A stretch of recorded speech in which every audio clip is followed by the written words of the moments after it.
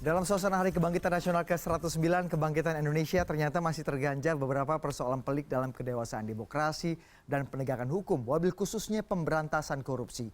Pengungkapan kasus penyiraman air keras ke penyidik senior KPK, Novel Baswedan, belum juga terungkap. Beberapa kali polisi sudah menangkap orang yang diduga terkait kasus tersebut dan semuanya dilepaskan kembali karena tidak cukup bukti. Setali 3 uang dengan kasus itu, polisi juga masih menanti kedatangan Rizik Syihab ini untuk diperiksa di kasus dugaan konten chat mesum atau pornografi yang menyeret imam besar FPI tersebut. Apakah pengungkapan kasus ini murni penegakan hukum atau ada aroma dendam politik seperti yang dituduhkan oleh kubu Rizik Syihab? Dan untuk menemani diskusi saya malam hari ini sudah hadir di studio ada Mas Wahyu Muryadi, jurnalis senior. Terima kasih Mas Wahyu sudah mau melewati minggu malam bersama saya. Kali ini ada Bang Rey Rangkuti juga, Direktur Eksekutif dari Lingkar Madani dan juga pegiat HAM dan Demokrasi. Terima kasih Bang Rey sudah datang. Kita akan membahas 2 topik yang kurang lebih menjadi top of mind lah dalam bungkusnya. Ini kan kita bicara mengenai Hari Kebangkitan Nasional, tapi ternyata kalau kita bicara mengenai kedewasaan demokrasi, kemudian penegakan hukum, terutamanya pemberantasan korupsi, kayaknya kita masih cukup tertatih-tatih ya Bang. 109 tahun ternyata belum bisa membuat kita take off dengan lancar. Kita salah satu kasus yang kemudian menjadi top of mind publik adalah ditersangkakannya Firza Hussein atas kasus chat, dugaan chat mesum. Ini masih dugaan karena masih proses hukum masih berjalan. Kita saksikan dulu informasi pengantar berikut ini. Firza Hussein memenuhi panggilan Polda Metro Jaya pada Selasa pagi yang lalu. Pemanggilan ini terkait kasus dugaan percakapan pornografi yang dituduhkan kepada Firza Hussein dan pemimpin Front Pembela Islam Rizik Syihab. Setelah menjalani serangkaian pemeriksaan dan gelar perkara, pada Selasa malam kepolisian meningkatkan status Firza dari saksi menjadi tersangka. Setelah memeriksa saudara FHM ya. Jadi setelah kita mendapatkan hasil pemeriksaan dan kemudian penyidik melaksanakan gelar perkara malam ini, kita lanjutkan. Dan dari hasil gelar perkara ini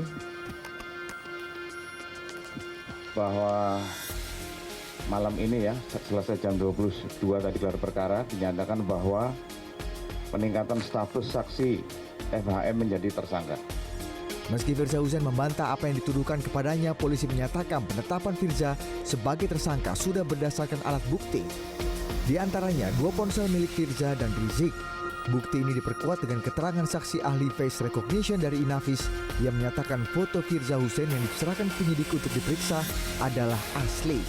Kini polisi menunggu kehadiran pemimpin FPI Rizik Syihab yang telah mangkir dalam 3 kali pemanggilan.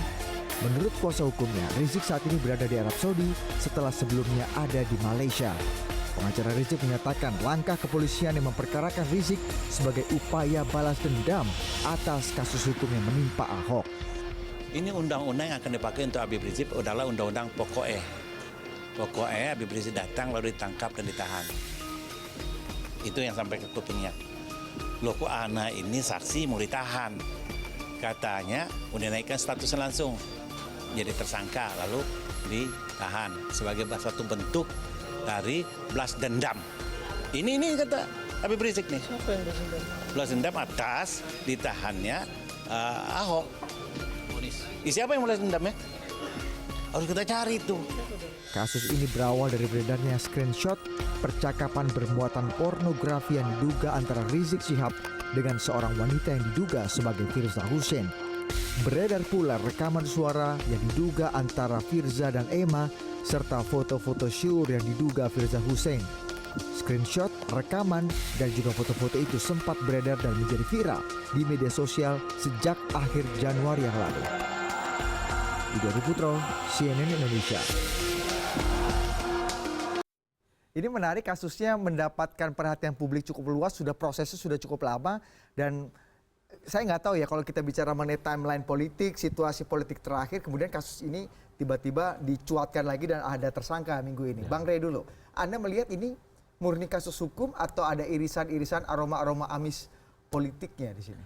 Murni atau tidak nanti kan memang harus dilihat di pengadilan ya. Sejauh apa misalnya bukti-bukti yang ada, kemudian juga fakta-fakta yang ada dan seterusnya itu untuk bisa menyatakan bahwa ini memang satu peristiwa hukum yang bisa dikatakan sebagai peristiwa yang memiliki dasar yang cukup gitu, atau memang hanya peristiwa yang sekedar dimain-mainkan, dibuat-buat untuk sekedar katakanlah misalnya membuat kesulitan pihak Habib Rizik dan seterusnya gitu. Nah, saya pikir mekanisme yang paling sah untuk menguji semua itu ya memang pengadilan gitu.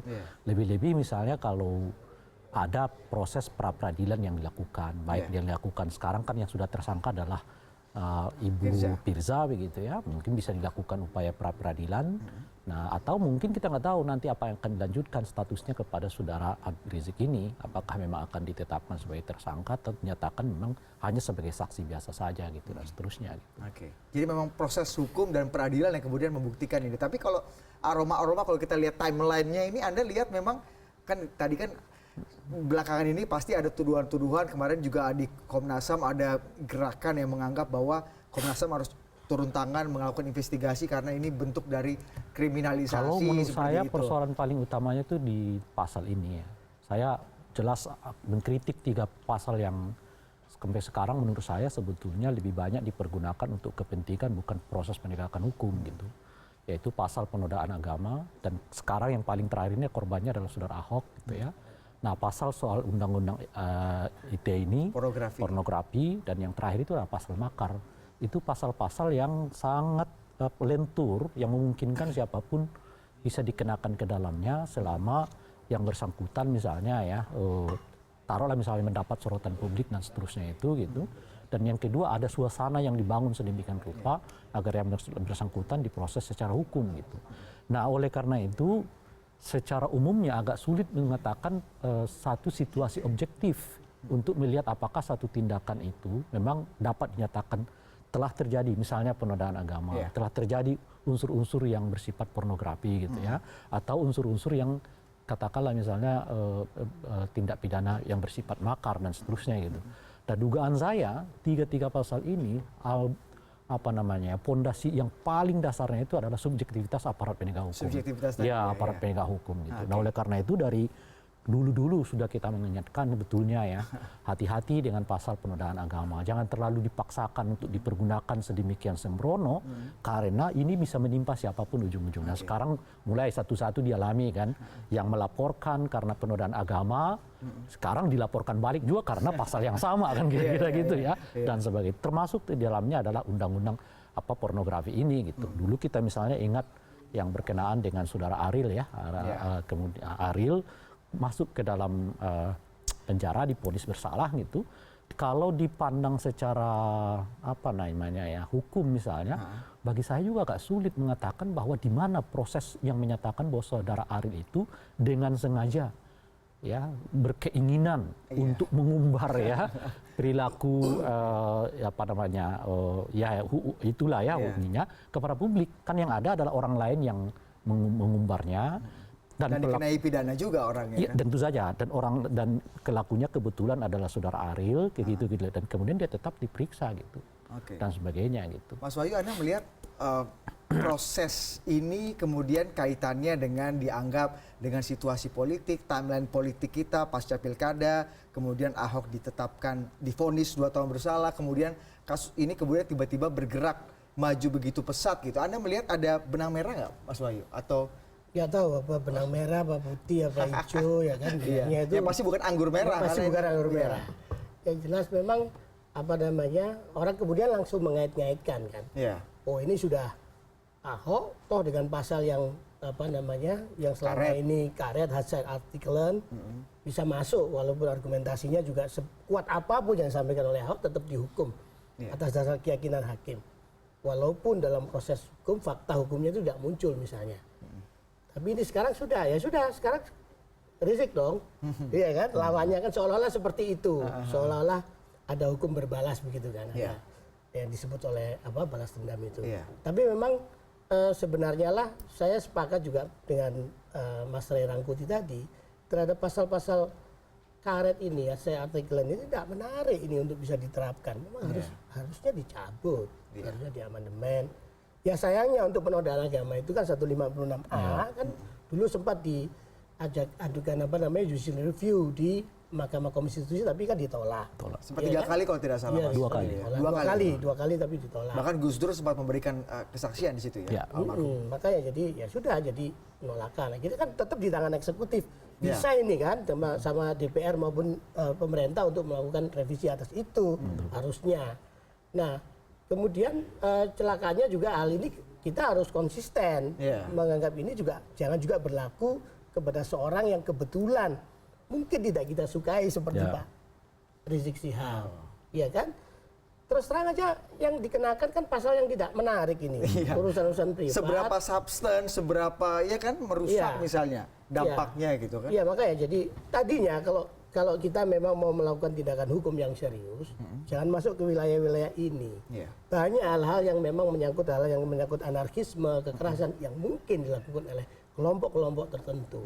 Itu yang ditindak. Ini bukan wilayah privat ini. Dan persoalannya kan nanti sama dengan Ariel. Terus terang dulu sama Ariel sama Luna Maya, dulu juga saya kan tidak masuk itu dalam bentuk ini. Tapi kan sudah terjadi. Apalagi tekanan publik waktu itu keras juga. Sudah jadi presiden. Termasuk dari Rizik ini dan kan bisa kawan-kawan. dibilang Rizik sebagai korban.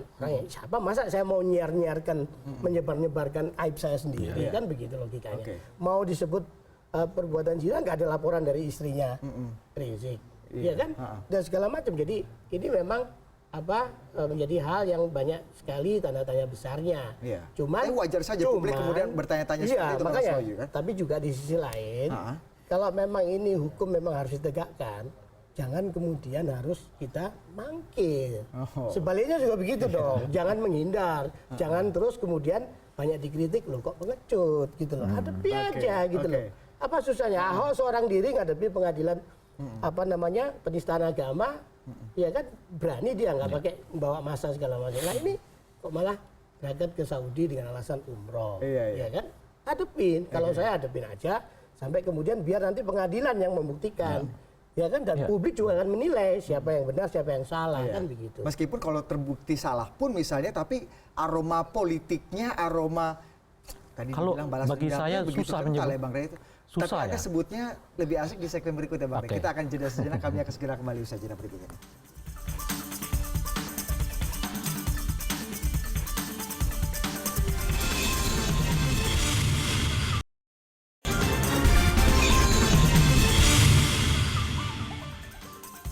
Kita lanjutkan mendengarkan komentar Bang Ray yang terpotong. Apa yang ingin Anda perspektif Anda ya? Kategori misalnya balas dendam atau tidak. Gitu. Agak sulit melihat karena memang peluang untuk masuknya di dalam pasal ini sangat terbuka. Itu yang kita sebutkan tadi ya, misalnya soal definisi apa yang kita sebut dengan penistaan agama. Sepanjang yang kita kenal, apa saja bisa dikategorikan sebagai penistaan agama. Anda membuat polling bisa penistaan agama. Anda membuat mengcopy misalnya ya, satu karikatur di luar negeri Anda buat di sini, Anda disebut yang terakhir ini saudara Ahok hanya menyebutkan kata dibohongi, juga bisa disebut sebagai penistaan agama. IT juga begitu ya, pornografi ini gitu. Kalau yang terang-terangan vulgar memang dengan sengaja itu jelas ya kan, pornografi gitu. Tapi kalau kita lihat polanya dari Ariel sampai kepada Rizik Syihab misalnya ya, memang wilayah yang disebut sebagai pornografi ini agak kita gamang gitu. Nah, oleh karena itulah makanya kita mengatakan sejak dari awal tadi, hati-hati mempergunakan pasal ini karena pasal ini terbuka kepada siapapun untuk dipergunakan gitu. Jadi ketika Anda pakai ini untuk menyerang orang lain, pada saat yang bersamaan orang lain itu juga bisa menyerang Anda dengan pasal yang lama atau pasal yang lain. Nah, inilah yang kita lihat sekarang ini gitu. Jadi disebut berbalas dendam mungkin, tetapi disebut karena memang setiap orang yang mempergunakan pasal ini juga bermotif yang mungkin juga sama. Kalau gitu. kriminalisasi bisa juga nggak dianggap, kan kemudian sebagian orang menganggap ini kriminalisasi kan, misalnya. Iya tentu saja bisa dikatakan kriminalisasi kalau itu tadi misalnya ya. Kalau misalnya di persidangannya tidak ditemukan satu dalil, satu fakta, satu materi yang memperkuat ya tuduhan-tuduhan ini kepada yang bersangkutan dan sebagainya gitu.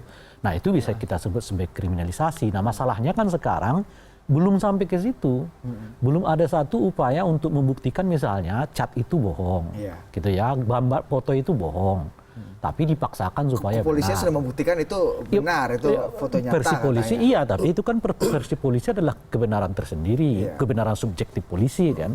Nah kebenaran yang benar bagaimana ya, setidaknya Anda pra-peradilan kan, atau kalau nggak mau pra-peradilan ya nanti akan diuji nanti di persidangan gitu. Jadi Tapi kenapa kemudian Mas Wahyu, kalau Anda lihat kenapa polisi kemudian memakai, kan kalau kita lihat misalnya ini akan menyasar Rizik Syihab gitu misalnya. Kenapa nggak memakai tuduhan-tuduhan atau kasus-kasus lain yang kemudian banyak juga dilaporkan kepada dia, tapi kenapa memakai kasus ini? Dari terawangan dan sensitivitas Anda, kenapa yang dipilih itu ini gitu? Ini subjektivitas saya. Ya. Iya kan?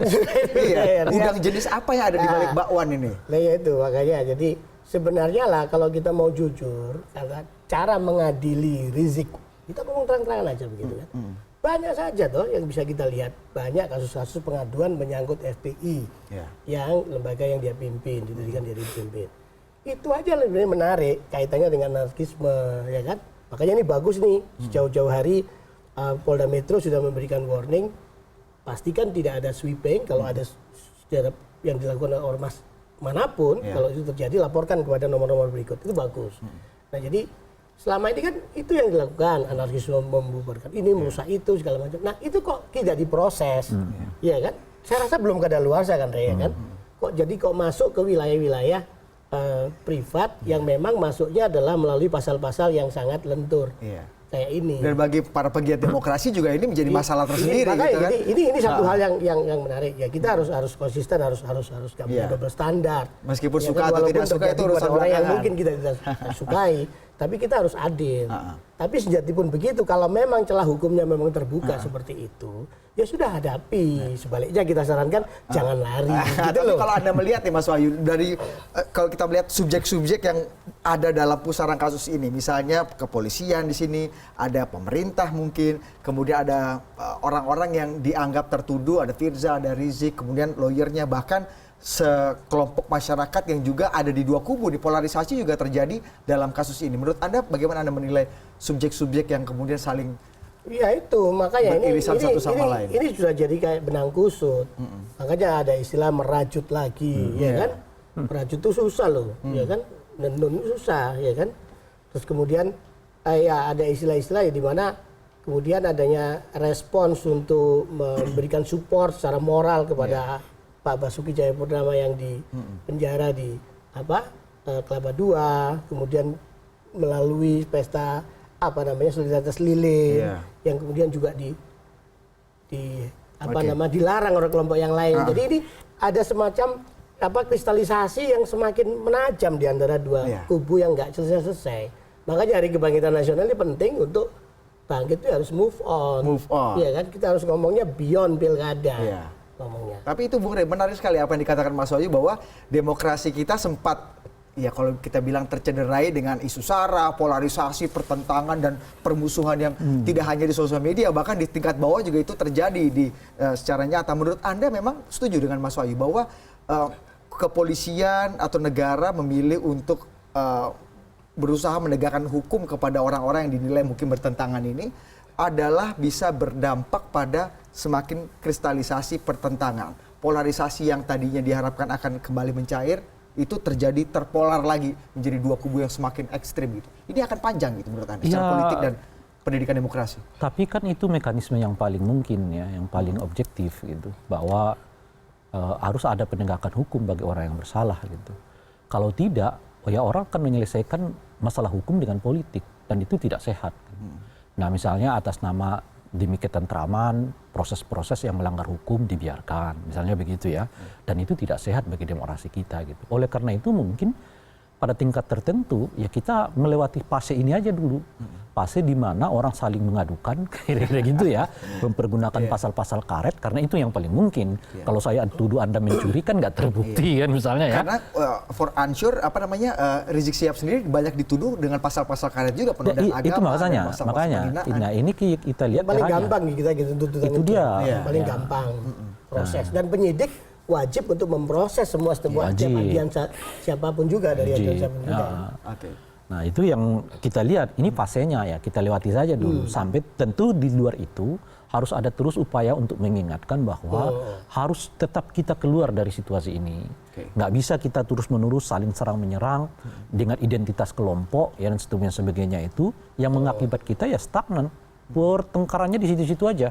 Ya Anda menodai, Anda menista, Anda menodai, Anda menista. Dan hukum dijadikan itu bisa instrumen kemana-mana. politik di sini ya Mas ya, untuk saling menyerang satu sama lain. Tapi itu nggak bisa habis dan tidak ada saling habisnya. menuntut. Anda lihat dampaknya akan bisa panjang seperti itu nggak Mas Wahyu kalau kita Panjang. ngelihat Kalau kita ini bisa di proses lihat nih? Kalau kita lihat websitenya dari ormas-ormas manapun ya, termasuk ormas keagamaan, termasuk ormas Islam atau segala macam, banyak yang meleceh-lecehkan kelompok lain. Misalnya di websitenya HTI itu, kita mengatakan yang menyebarkan ini agama ini bukanlah nabi ini, tapi orang lain, kata begitu, ya kan? Ya kan itu bisa menista loh, ya kan? Tapi itu tidak dilakukan. Iya, tapi kan capek sekali kalau kita saling bertempur dengan penista-penista ini kan, misalnya saling menista satu sama lain. Makanya memang menurut saya harus ada upaya untuk kembali ke apa sih kita sebagai bangsa kita ini, pola dasarnya apa, ikatan utamanya apa. Gitu. Sekarang ini memang kalau secara umum kita lihat adalah menonjolkan keakuan kan sebetulnya. Kami, Anda beda, kami, Anda beda gitu. Jadi tidak ada lagi upaya untuk kita menyelesaikannya, kita di mana, Anda dan saya itu di mana kira-kira itu. Saya pikir disitulah relevansi yang kita sebut sebagai Pancasila, Undang-Undang Dasar 45 dulu. Maka Pancasila yang kita pakai sekarang tentu nggak bisa dipakai untuk melegitimasi tindakan yang apacasilais gitu loh. Jadi begitu melakukan sesuatu yang bertentangan dengan Pancasila, dia mengatakan hak saya kan dilindungi oleh Pancasila, nggak bisa.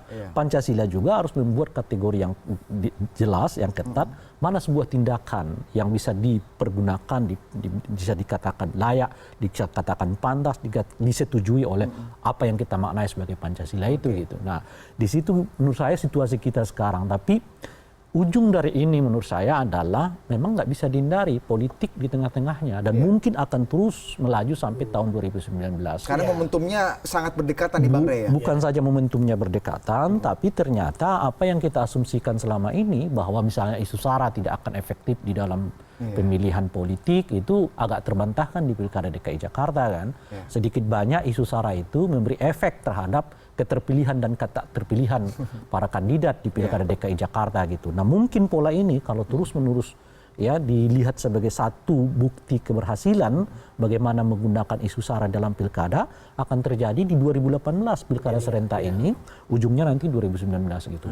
Nah memang lagi-lagi paling ujung kita akan mengatakan butuh kesadaran para politisi gitu loh kira-kira, tapi ya politisi kan harus memanfaatkan momentum yang ada dengan instrumen-instrumen yang ada. Mas Wahyu gimana nih, kalau tadi kan Mas Wahyu dan Bang Rey bilang ini kan kayaknya masih agak panjang, jadi kalau kita mengharapkan masyarakat kita bisa agak napasnya agak lebih longgar gitu, ternyata kayaknya masih tetap menghirup asap yang agak pekat. Bagaimana kemudian caranya menyiasati nih Mas Wahyu? Kan tadi kita bilang demokrasi kita juga terancam kalau seperti ini terus. Bagaimana negara, penegak hukum, civil society bisa sama-sama menegakkan keadilan di bumi pertiwi tapi tetap relay on dengan demokrasi yang sehat ini sehingga perpecahan-perpecahan atau polarisasi yang tajam tidak terjadi lagi. Ya, pertanyaanmu makin lama makin susah. Susah ya. Kan? Jadi Anda kan dibayar banget, jadi saya kasih pertanyaan susah. Ya, jadi sebenarnya ya kuncinya adalah penegakan hukum itu betul-betul harus tegak walaupun langit runtuh. Tapi tetap yang namanya tujuannya adalah demi keadilan, ya kan? Dari keadilan, dari proses justisia itu betul-betul harus akuntabel, ya.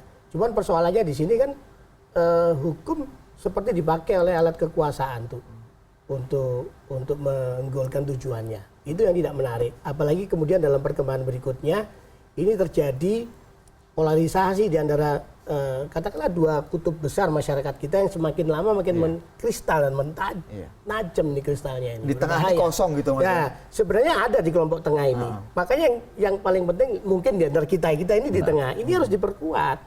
Ya kan? Bandul di tengah ini harus diperkuat gitu loh sebanyak mungkin. Dengan cara ya melakukan proses kesadaran terus-menerus melalui dialog seperti ini. Nah, cuman yang nggak menarik ya itu tadi sedikit-sedikit semua ditarik seolah-olah kalau sikap Anda seperti ini berarti Anda pro ke sini. Kalau ada begini anti yang itu. Ya, itu kan sangat tidak simplifikasi masalah itu juga memecah belah juga tuh. Betul, apalagi kalau ujung-ujungnya kalau ditarik sampai kepada nanti ke Pilpres 2019 yang sudah diambang pintu. Kalau masih susah gini situasinya, wajar dong kalau Rizik memilih untuk tetap ada di luar negeri dan tidak kembali karena bisa cawe-cawe dan ditakutkan tadi. Kalau boleh saya sarankan, beliau balik ke sini bikin pra-peradilan, ya kan ajukan aja hukum. Sekarang Tapi gimana menurut Anda? sekarang Sikap yang mekanisme Rizik untuk membuktikan apakah polisi tepat mempergunakan pasal itu, menetapkan pasal macam-macam itu banyak itu. Jadi pada tingkat tertentu sebetulnya ya tidak ada cara pada tingkat tertentu sebetulnya tidak tepat kalau orang melarikan diri atau apa istilahnya gitu ya. Lah dari keputusan polisi tentang status hukum macam-macam dan sebagainya, karena ada mekanisme yang lain. Advokat sekarang misalnya berani sekali, saksi-saksi untuk membuktikan sebaliknya dari misalnya saksi-saksi ahli polisi juga banyak sekali bertebaran dan terbuka, dan itu semua bisa publik, belum lagi kemudian sorotan publik terhadap kasus-kasus tertentu gitu. Nah itu semua sebetulnya menggambarkan kepada kita ada situasi yang berubah kok. Ada objektivitas juga yang berubah gitu. Tinggal sekarang mau dipakai nggak itu untuk sama-sama diputuskan pada mekanismenya. Di mana mekanisme memutuskan benar tidak benar ya di pengadilan, nggak ada yang lain. Kalau kita bicara objektivitas kepolisian dalam mengungkap kasus, terutama misalnya terorisme, itu kan kita patut acungi jempol. Bagaimana terorisme bisa diberantas dengan cepat. Tapi yang kemudian membuat kita terheran-heran, geleng-geleng kepala Mas Wahyu, ada penyiraman air keras kepada penyidik KPK Novel Baswedan, kok sampai sekarang belum ketemu-ketemu. Padahal sudah beberapa orang yang terduga, kita udah, alhamdulillah akhirnya ada titik terang nih. Ternyata dibohongin. Nah, kemudian kita akan bahas mengenai kasus ini di segmen berikutnya. Tetaplah bersama kami.